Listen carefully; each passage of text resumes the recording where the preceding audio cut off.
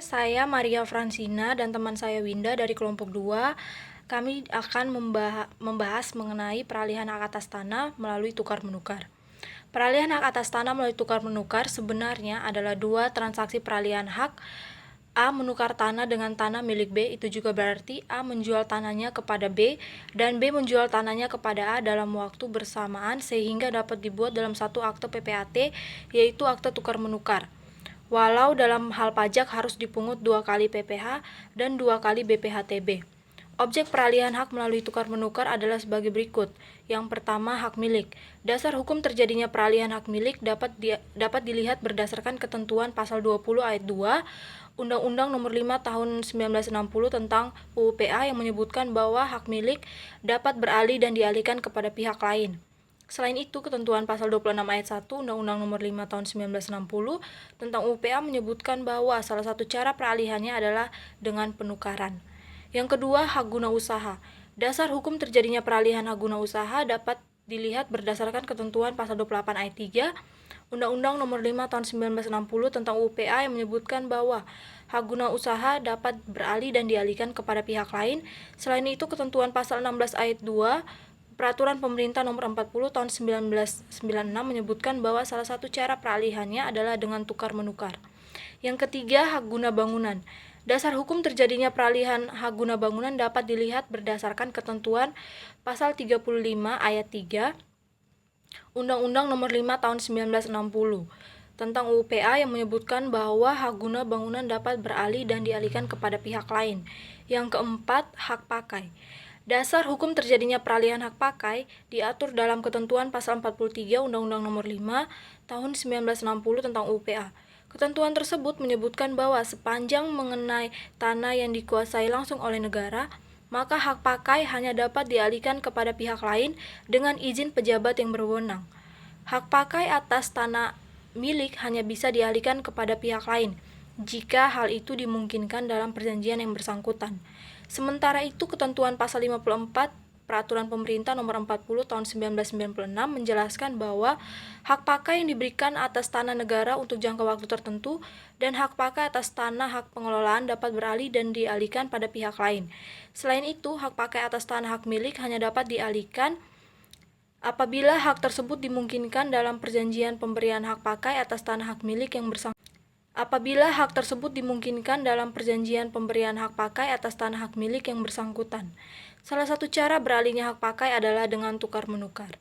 Pada dasarnya, tukar-menukar merupakan sebuah perjanjian, sama halnya seperti jual-beli.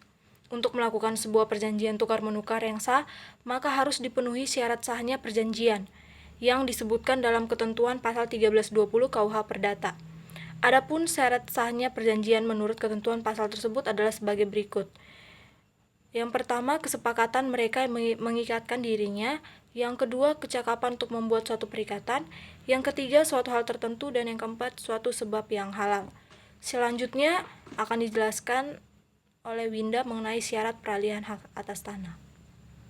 Saya Winda Cindy ingin melanjutkan penjelasan yang telah diberikan oleh Maria Fransina, yaitu syarat peralihan hak atas tanah melalui tukar-menukar harus memenuhi syarat antara lain. Yang pertama, objek tanah itu harus memiliki status tanah yang sama. Misalnya kedua bidang tanah itu harus sama-sama hak milik atau sama-sama HGB atau sama-sama HGU dan sebagainya. Yang kedua, objek tanah tersebut harus berada dalam satu wilayah kantor pertahanan dalam kota atau kabupaten yang sama karena menyangkut pendaftaran tanahnya.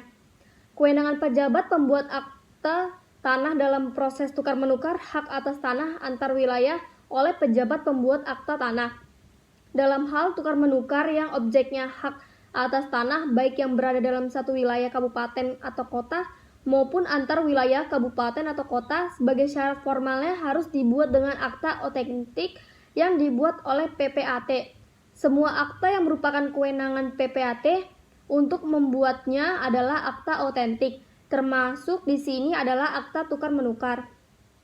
Faktor-faktor yang mempengaruhi efektivitas berlakunya kewenangan pejabat pembuat akta tanah terkait dengan tukar-menukar tanah antar wilayah. Walaupun PP nomor 37 tahun 1998 yang telah diperbarui dengan PP nomor 24 tahun 2016 telah mempunyai keberlakuan secara filosofis, yuridis, dan sosiologis. Praktek tukar-menukar hak atas tanah yang berbeda wilayah, kota, atau kabupaten tidak dapat terlaksana dengan alasan akta tukar-menukar hak atas tanah yang tanahnya terletak antar wilayah belum dapat dilaksanakan mengingat pelaksanaan PP nomor 37 yang telah diperbarui dengan PP nomor 24 tahun 2016 belum ada peraturan mengenai petunjuk pelaksanaannya dan petunjuk teknisnya. Kepadanya disarankan transaksi tersebut menggunakan perjanjian jual beli, sehingga peralihan hak atas tanah melalui tukar-menukar tanah antar wilayah tidak dapat dilaksanakan dan penyelesaiannya oleh Badan Pertahanan Nasional diarahkan dengan proses jual beli, sehingga efektivitas berlakunya kewenangan pejabat pembuat akta tanah yang diatur dengan PP nomor 37 tahun 1998 yang diperbarui dengan PP nomor 24 tahun 2016 tidak terlaksana karena faktor kurang koordinasinya para pelaksana peraturan perundang-undangan dan juga pengaruh sistem kerja dari PPAT serta kantor pertahanan, terutama disebabkan dari nilai ekonomi yang didapat dari perjanjian tukar-menukar hak atas tanah dibandingkan dengan perjanjian jual beli. Persyaratan pendaftaran tanah atau pemeliharaan data peralihan hak tukar-menukar adalah yang pertama, sertifikat asli yang sudah dicek dengan buku tanahnya. Yang kedua, akta tukar-menukar dari PPAT. Yang ketiga, izin pemindahan hak apabila di dalam sertifikat atau keputusannya dicantumkan tanda yang menyatakan bahwa hak tersebut hanya boleh dipindah tangankan jika telah diperoleh izin dari instansi yang berwenang. Yang keempat, fotokopi SPPT dan PBB 10 tahun ke belakang yang telah dicocokkan dengan aslinya oleh petugas loket.